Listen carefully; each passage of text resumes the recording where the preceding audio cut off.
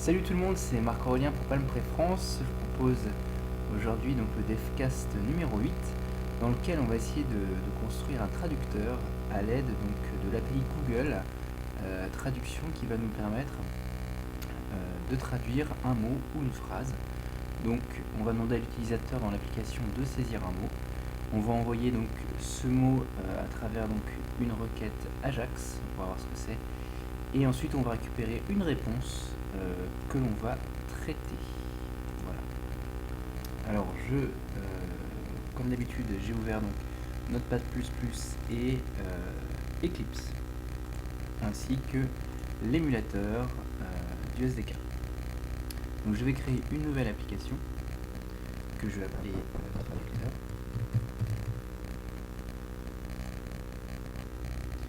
Voilà, et je vais créer dans ce projet une scène que je vais appeler First.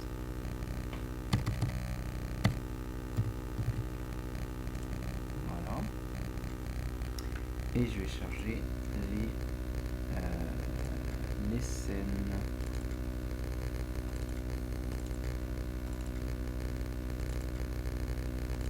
Traducteur. Donc comme d'habitude, je vais prendre Stage Assistant et First Assistant, ainsi que firstscene.html.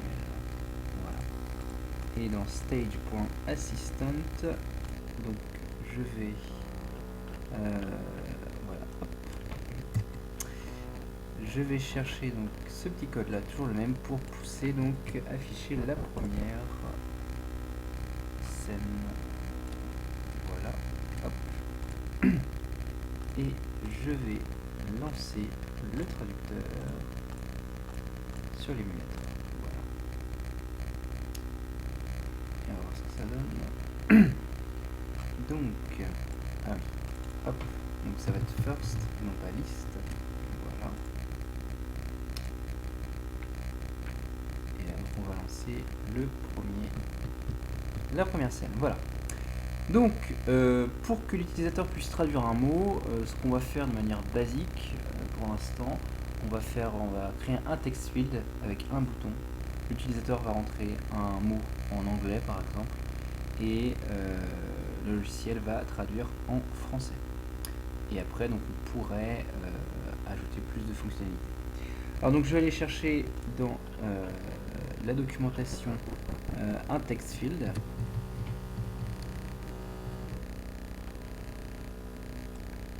Donc je prends le texte, hop, voilà, je copie, je colle dans la fonction setup, ici. Alors, si vous utilisez l'émulateur 2.1, il est possible que ce code en fait ne fonctionne pas. Donc je vais vous montrer comment le modifier juste après. Le code HTML que je vais mettre dans la fiche HTML. Donc c'est toujours la même chose, on commence à être habitué. Oui, donc Smart Text Field, ce n'est plus reconnu par WebOS 2.1. Donc en fait, il faut mettre Text Field tout court. Donc ça, il faut vraiment faire attention, sinon vos text fields ne vont pas s'afficher sous WebOS 2.0, ce qui est un petit souci. Donc voilà, et ici, il faut enlever max length pour que ça marche, et multiline, il faut mettre sur false. Voilà, j'enregistre. Et là, normalement, donc là, title, il faudrait que je mette peut-être une valeur en title. Je ne peux pas appeler ça title, je vais appeler ça mot, par exemple. Je vais appeler ça this mot, faire une variable uniquement sur, qui va être valable uniquement sur cette carte. Donc je vais rien mettre pour l'instant. Voilà. Hop. Le fichier HTML c'est bon. Alors donc j'ai appelé ça titre ici. Titre ici. Bon, j'ai appelé ça mot. C'est logique. Voilà. Mot. Et normalement ça doit le faire. Donc j'enregistre tout. On va voir si ça s'affiche. Normalement ça doit s'afficher. Voilà, j'ai un text field, je peux taper dedans. Ensuite, je vais rajouter un bouton. Donc le code du bouton, il doit être aussi juste en dessous. Voilà. Donc, hop. Donc ça va être le bouton 1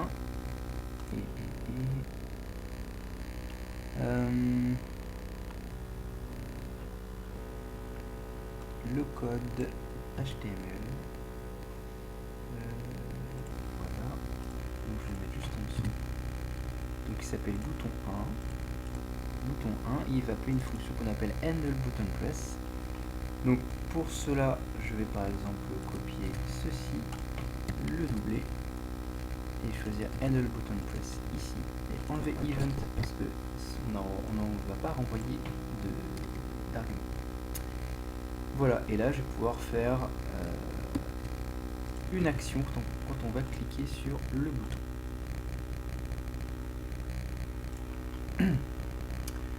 Voilà, et je vais dire traduire ici. Traduire. Voilà. Je vais maintenant ajouter la transaction Ajax, donc avec le serveur de Google. Alors, comment est-ce que ça fonctionne? Alors, on va envoyer en fait une adresse sur laquelle on a des paramètres. Donc, par exemple, on va voir le mot qu'on veut traduire et dans quelle langue, quelle est la langue source, quelle est la langue cible. Et on va récupérer donc un ensemble de données qu'on va traiter. On va venir en fait découper la séquence de texte pour juste extraire la réponse. Donc les requêtes Ajax, c'est utilisé pour énormément de choses. Dès que par exemple vous allez vouloir utiliser Twitter par exemple, vous allez avoir ce qu'on appelle une API. Et une API, c'est toujours la même chose. C'est basé sur une requête Ajax. Et les requêtes Ajax, elles fonctionnent toujours de la même manière. Donc, par exemple, pour rechercher sur Twitter un mot, on va vous donner une URL, on va vous donner une méthode, et ensuite on va vous donner eh bien, ce qu'on doit récupérer, ce qu'on peut récupérer comme réponse. Voilà. Ici, on va récupérer un résultat qui va être scindé donc avec différents types d'informations. Alors, on va regarder le code il est là, dans le petit point doc, donc c'est requête Ajax. Alors on va prendre le code et le copier, comme ça on verra un petit peu mieux, on va le mettre dans le bouton. Alors, voilà. Donc la requête Ajax, elle est ici, var request égale new Ajax request, parenthèse URL strip. Alors, l'adresse, c'est justement l'adresse qu'on a, que Google nous donne par exemple,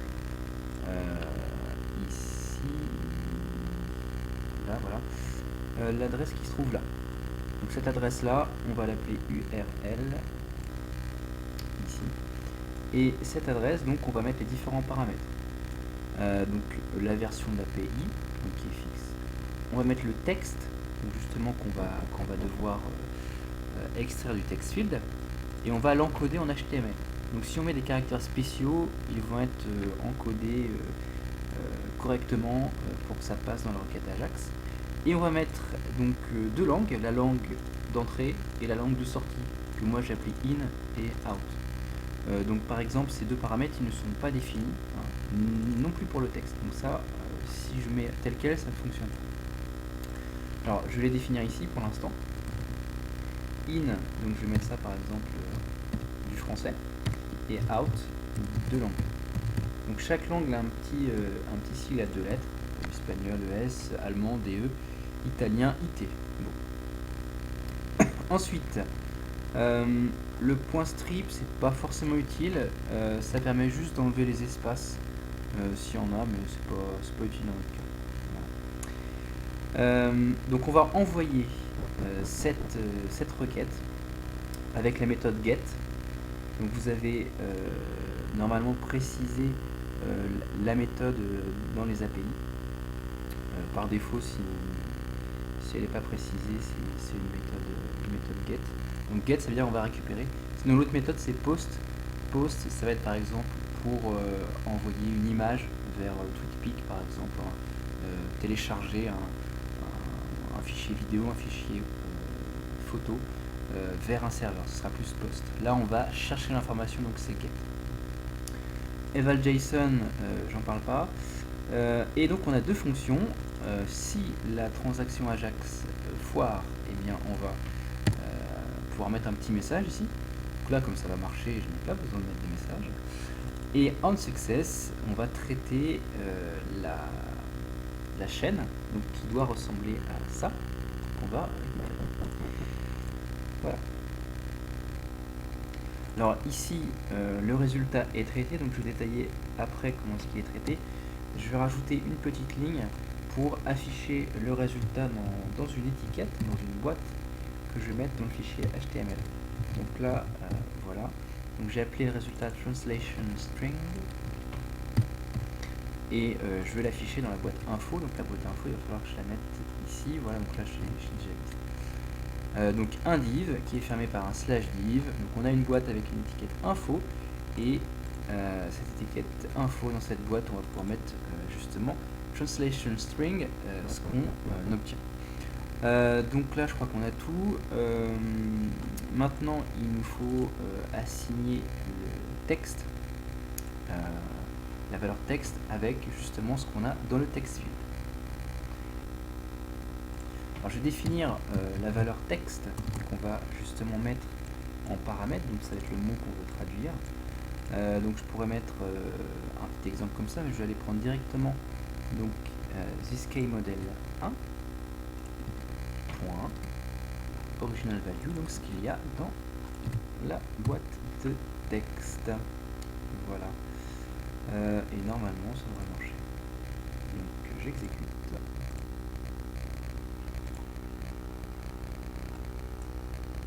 Et je vais mettre par exemple toucher. Et ça le traduit avec touch. Et si je change là et que je mets espagnol par exemple, quand je vais réexécuter, si je remets le mot toucher, il va me le traduire en espagnol. L'idéal maintenant, vu que ça fonctionne, serait de donner la possibilité à l'utilisateur de pouvoir choisir lui-même les deux langues qu'on va utiliser. Alors, donc pour cela, on va aller ici. Je vais utiliser des listes selector, donc qui doivent être en bas, tout en bas du point 2, parce que je les ai rajoutées. Voilà. Voilà, donc ce sont des listes déroulantes qui vont permettre à l'utilisateur de choisir la langue et la langue cible et la langue source. Voilà, d'une part. D'autre part, il faut que je crée donc une fonction qui va permettre de mettre en place les choix que j'offre à l'utilisateur, comme ceci. Voilà. Et enfin, la partie HTML, la boîte qui va permettre de choisir les langues. Donc on va le mettre par exemple en dessous ici. Voilà. Donc je vais appeler ça mySelector tout court. Ok. Et j'en mettrai un deuxième juste après. Donc mySelector, d'accord. Donc myChoice, et on va mettre en place myChoice. Donc je vais mettre juste deux choix. Donc je vais mettre anglais, français. Donc ça va être des choix de valeur 1 et 2. Et au départ, donc on va choisir par exemple un mot anglais pour le premier sélecteur. Ensuite, si le sélecteur change, si la valeur est égale à 1, et bien in va être égal à anglais. Là je fais CTRL D pour doubler. Si la valeur est égale à 2, je vais mettre in, donc la langue, en français. Voilà. Alors je vais voir s'il s'affiche correctement. Si c'est pas le cas, c'est que je vais avoir oublié quelque chose. Alors, voilà, donc ça s'affiche correctement. Alors c'est un petit peu moche, donc on va ajouter un peu de mise en page. On va aller dans les éléments de mise en page qui sont ici et on va rajouter ça. ça va permettre de bien paginer, enfin pas paginer, mais présenter le list selector, parce que là il est un petit peu aplati. Voilà. Hop. Et vous allez voir que ça va changer un tout petit peu la présentation. Ça va donner voilà, une hauteur normalisée comme tous les éléments de la page. Donc j'ai appelé ça truc, donc truc il est là. Donc je vais mettre par exemple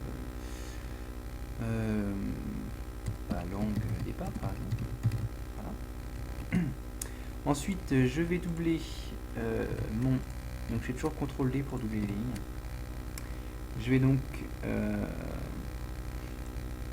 aller chercher voilà mySelector change 2 avec mySelector 2 qui va être affilié à la fonction mySelector selector change 2 et donc ça c'est ok, ça change pas. Ici mySelector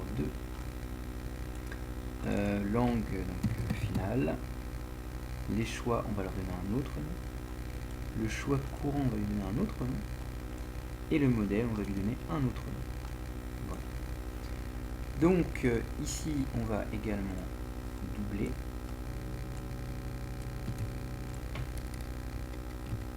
Donc mySelector modèle 2 on va laisser sur 1 par exemple, et ici myChoice 2 qui correspond donc au choix qu'on va charger. Donc là il n'y a rien à changer, ce sera anglais français.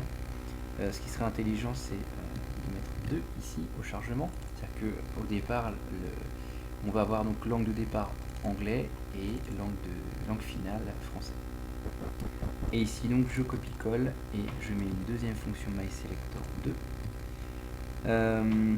qui en fait est la même. Alors sauf qu'on va mettre out ici, parce que ça va être la langue de sortie, la langue finale. Voilà. Alors là on aura beau choisir ce qu'on veut, les paramètres in et out vont être écrasés à chaque fois qu'on va appuyer sur le bouton. Ah oui, et j'ai oublié de mettre la version HTML. Voilà, mySelector 2. Donc à chaque fois, je le dis pas, mais je sauvegarde avec CTRL S pour que les deux icônes ici soient noircies. Voilà, donc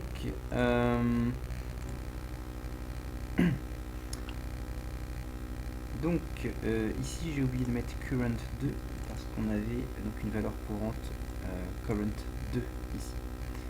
Voilà, donc maintenant on va pouvoir prendre ça et le mettre plutôt dans la fonction setup au tout départ avec les premiers éléments. Voilà. Que ça fonctionne pas. Enfin, pour être cohérent avec ce qu'on a mis ici, donc le langage qui est choisi pour le sélecteur 2 c'est le français, donc en export, donc langue finale, et langue initiale, donc c'est la 1, c'est l'anglais. Donc pour être cohérent avec ça, ici on va mettre anglais et ici français. Voilà. Donc en entrée on aura bien une valeur en anglais pardon, et ensuite en français pour la valeur. Voilà, donc au final on a une application qui va traduire donc de l'anglais vers le français inversement. Voilà, alors on pourrait rajouter des milliers de façons donc de pouvoir par exemple inverser les langues, etc. Donc on peut faire énormément de choses, mais là ça vous donne une base de comment utiliser une requête, une transaction Ajax avec un serveur, et donc on appelle ça donc une API, et chaque API permet bien de pouvoir réaliser une fonction. Je vais terminer en expliquant justement le centre de la fonction ici. Alors j'utilise deux choses, la fonction substring et la fonction indexOf. Alors substring, c'est une fonction qui va permettre de couper les premiers caractères ou un ensemble de caractères sur une chaîne de caractères. Exemple, par exemple, on a une date. Si on dit date.substring de 0 à 2, on va isoler les deux premiers caractères entre 0 et 2. Donc là, c'est ce que j'ai fait. J'ai isolé, donc j'ai coupé les 36 premiers caractères qui correspondent aux caractères qui se trouvent ici jusqu'au texte. Et après, j'ai utilisé la fonction indexOf qui se trouve là. IndexOf, ça permet de trouver un caractère parmi donc une chaîne de caractères. Donc l'idée ici, c'est que on a coupé la chaîne là. On a coupé la chaîne, donc il ne reste plus que ça. Et je vais recouper la chaîne, donc je refais un substring ici entre 0 et l'endroit où on va trouver un crochet, donc une accolade et un guillemet.